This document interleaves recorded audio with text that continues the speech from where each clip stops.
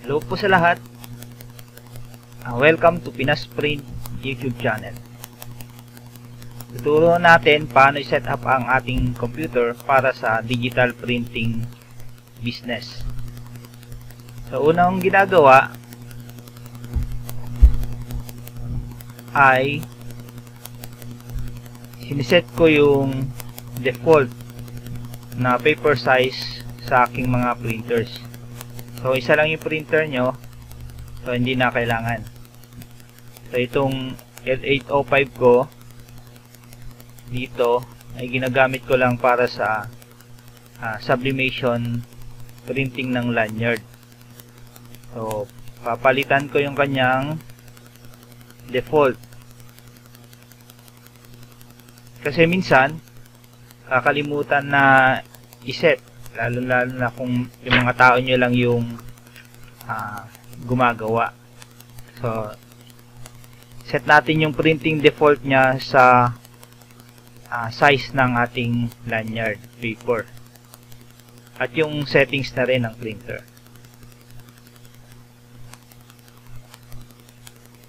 So, bago pa lang yung kaya install lang yung ating printer.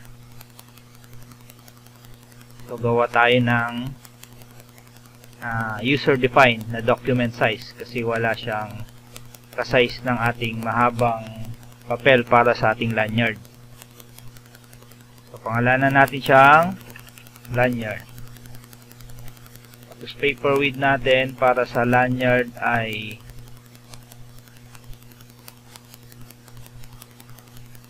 lagay natin sa inch. Paper width 39 dito.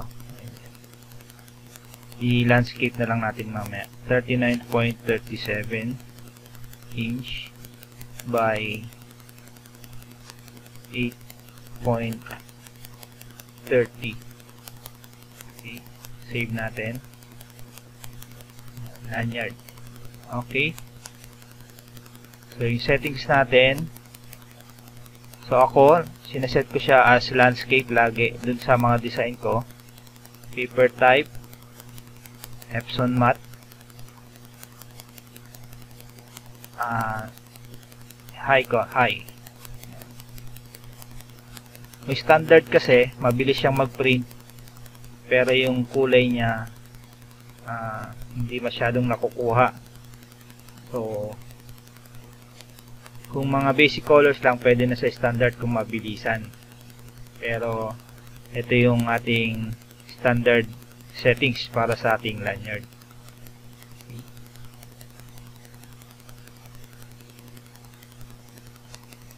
Save natin as lanyard settings.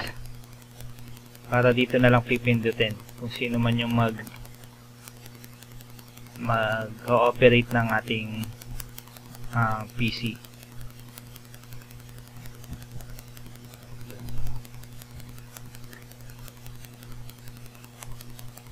Okay. So, yun na yung printing default ng Epson L805 na printer natin. Dito. So, once na nag-set ka dito, nag-send ka ng yung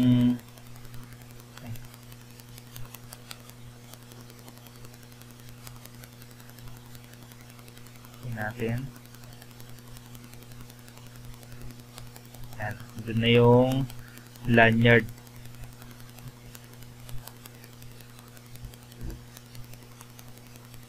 So, once na nag-send ka dito sa printer na to, titreat niya lahat ng sinend mo dito as lanyard. So, ganun kahaba yung ipiprint niya at yung settings niya, yun na rin. Okay. Kung hindi mo sinet kasi ng ganun, so, kapag magsisend ka dito, lagi-lagi mong isa-set yung settings na yun. So, makakatipid tayo ng oras para sa ating mga gawain, lalo-lalo na kung madami at hindi nakakalito. Okay. Okay, so next ay yung Photoshop naman natin. So, kung wala pa kayong knowledge sa Photoshop, ituturo ko sa inyo yung ginagawa namin. So, basic lang naman, hindi masyadong advanced. So, click lang natin yung Photoshop dito. Okay. So, by the way, Adobe Photoshop 2020, pwede nyo siyang i-download as trial sa kanilang website. Or madami na ring nagbebenta sa Shopee o Lazada.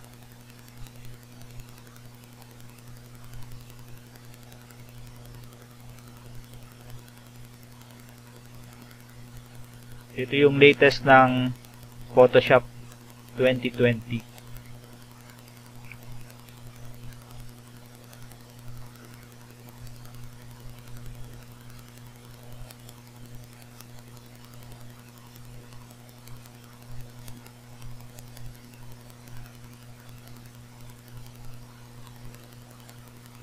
So, ito yung welcome screen niya. Hello again, have a great day. May pagbati pa. So, unahin natin kung paano mag-open ng ating image sa Photoshop or yung picture na ipiprint natin. So, may open na dito. So, click nyo lang. Tapos, saka inyo i-navigate kung saan nyo man nilagay yung mga pictures nyo. Okay?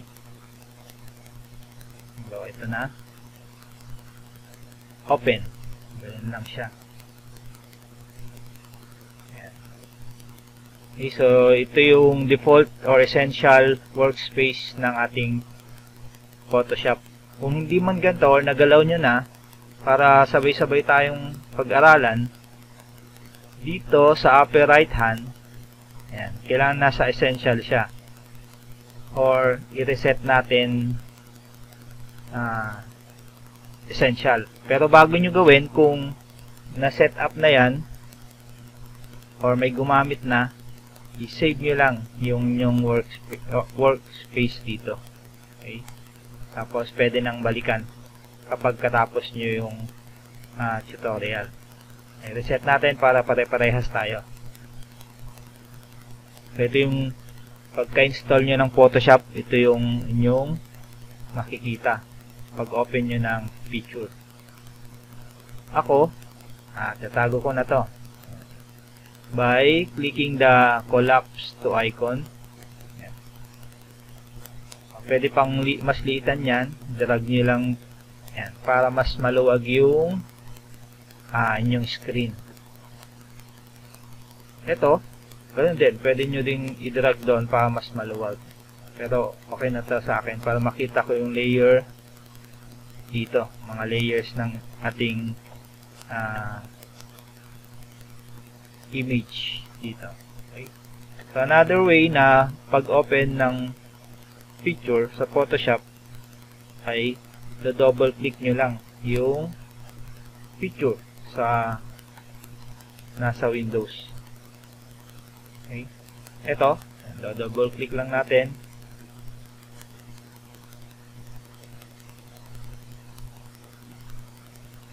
Hindi Photoshop yung nag-open sa kanya.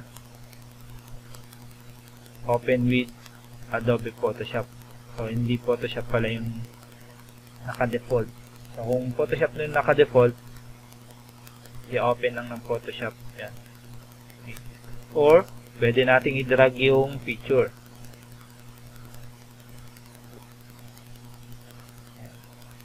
Punta na tayo dun sa icon ng Photoshop. Dito. Huwag niyong bibitawan dito kasi pag binitawan nyo, didikit lang siya dito sa naka-open na picture. Magiging layer siya nung naka-open na picture. Okay. Delete natin. Ayan.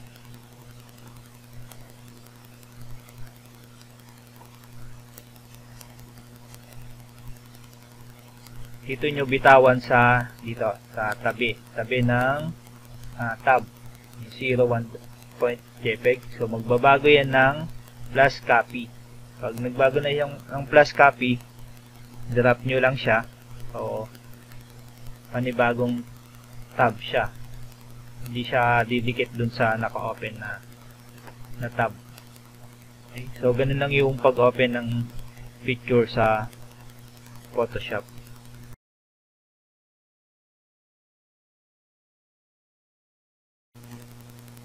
Okay, ngayon naman, familiarize natin yung workspace ng Photoshop. So, dito sa bandang taas, ito yung mga menus. Okay. So, click lang natin. Magda-drop down yung mga menu dyan. So, dito yung pangalan niya. Tapos, andito sa bandang right side, yung kanyang shortcut. Halimbawa, yung new is Control N. Close is Control W. Okay.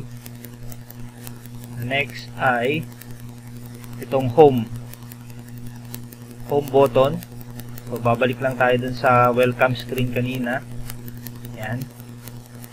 Kung gusto nating bumalik ulit dito, yan lang. Okay. So, next dito sa baba niya ay mga tools. So, ito yung mga tools na gagamitin natin sa ating image. Mag-edit. So, yung pinataas is the move tool. May animated graphics na din na kung paano siya ginagamit. And description moves a selection or layer.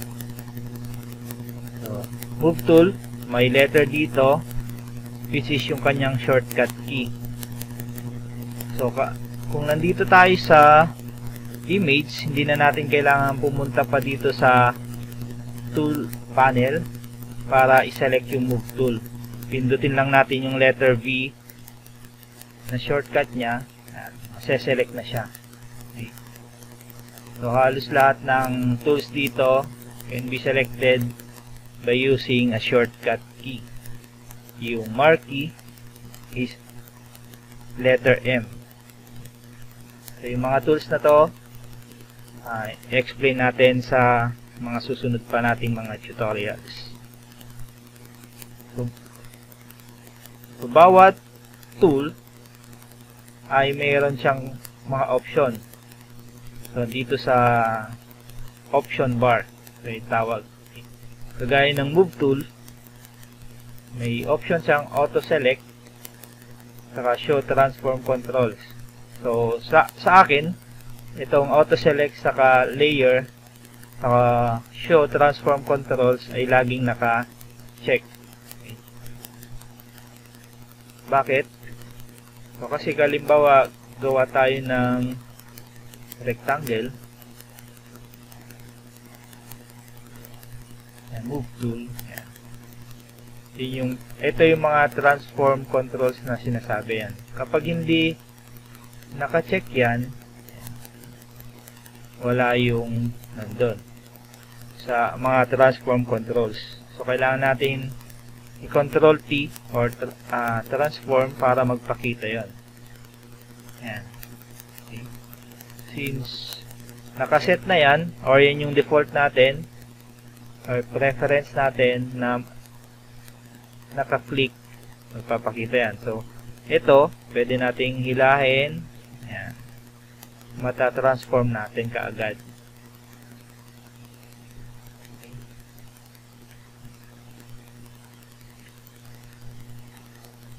So, dito yung mga distribute. So, may kanya-kanyang option yung mga tools natin. Next is, ito yung in-app search niya. So, yun yung bago dito sa Photoshop din na to. Pwede mong hanapin kung halimbawa nahirapan kang pwede mo siyang i-type kung nahirapan ka kasi kagaya natin bago halimbawa move tool, move. Yan. Nag-blink yung move tapos sinelect na niya. Or yan, Photoshop. So, kahit ano, pwede niyang hanapin dito sa search na niya. Gagamitin natin yan sa mga susunod nating mga tutorials. Next, ito yung pinindot natin kanina, the workspace button. Ay, save na natin yung ating workspace kasi binago na natin dyan. Save natin sa Pinaspring.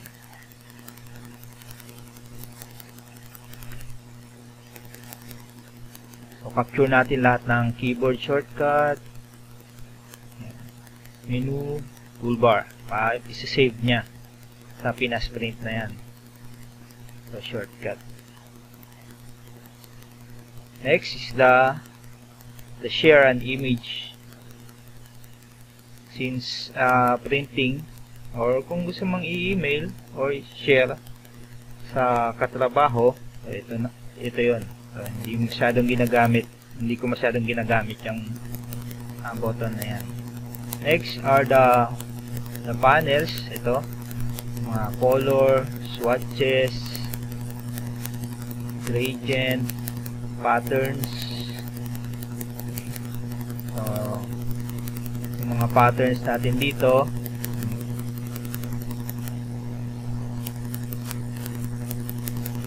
may kanya-kanyang tab na siya. So, organize. Yung mga bago na din. The trees, may properties dito, adjustment panel, the layer, channel, path. Okay. So ayan yung dito sa work area natin. So pwedeng ilipat-lipat yan kahit saan. Ayan. Pwedeng halimbawa yung layer mo dito, o pwedeng i-close yan.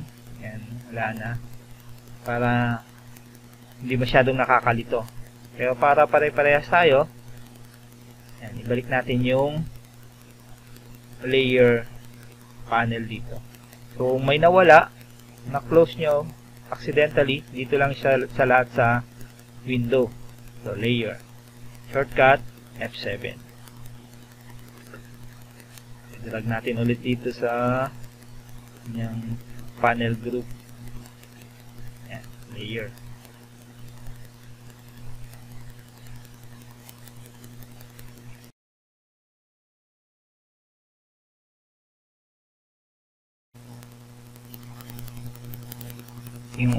Yung unang tool na gagamitin natin, yung pag-aaralan natin ay yung zoom tool. So dito sa tool panel, dito siya sa bandang baba. Yung shortcut key niya ay letter Z. Okay. So pwede mong pindutin mo lang yung letter Z sa keyboard or click mo itong zoom tool. Magiging magnifying glass yung cursor key. Kapag click mo,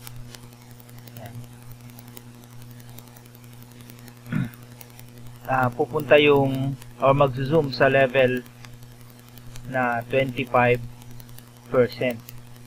or yung preset, naka-preset sa Photoshop. So pag click mo, yung susunod na preset level niya 33.33.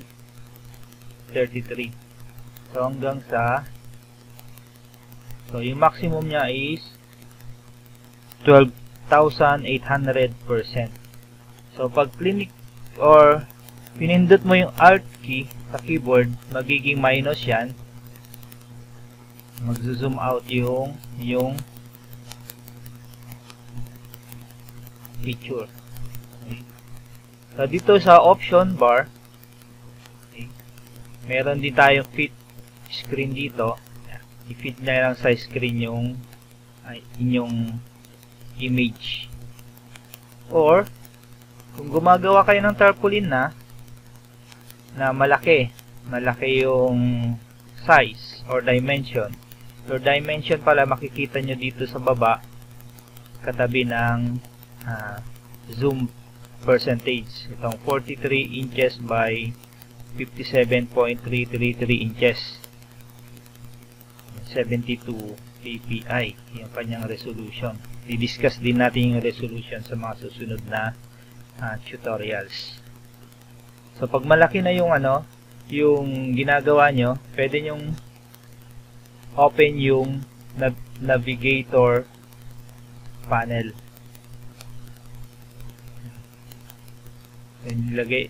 Nilagay ko na dito sa katabi ng adjustment panel, navigator. So, pwede din kayo mag-navigate dito kung malaki na yung inyong ginagawang tarpaulin. Ayan, ganyan. Okay, sa navigator panel. Slider. Ayan, ganyan. Or, i-uncheck nyo lang yung scrubby zoom. Tapos, gawa kayo ng box dito sa image nyo. Mag-zoom dun yung image. Dun sa clinic mong or ginawa mong box. Hit to screen. Halimbawa dito tayo sa ayan. Ayan, pupunta siya dun sa ginawa mong rectangle. Okay? So next tool ay yung ito, hand tool. Yung kanyang shortcut ay H. Yung hand tool, ayan, parang kamay lang na ililipat mo lang yung yung view ng iyong image. Hindi mo binabago yung kanyang zoom percentage. So i-zoom out natin or zoom in. Zoom out natin. Pindutin natin yung Z, yung shortcut, magiging magnifying glass, then Alt key para i-zoom out natin. Okay? So ganyan lang yung paggamit ng dalawang tool dito sa baba ng Photoshop. Okay, so hanggang dito muna. Sa susunod naman ay yung ibang mga tools nandito sa ating toolbar ang ating i-discuss kung paano siya gagamitin sa ating business. Okay, kung nagustuhan nyo yung ating tutorial, please like, subscribe, and hit the notification bell. Or mag-comment na rin kayo sa baba kung ano yung mga gusto nyo pang matutunan para magawan ko ng o masagot ko sa susunod na video natin. Okay, goodbye.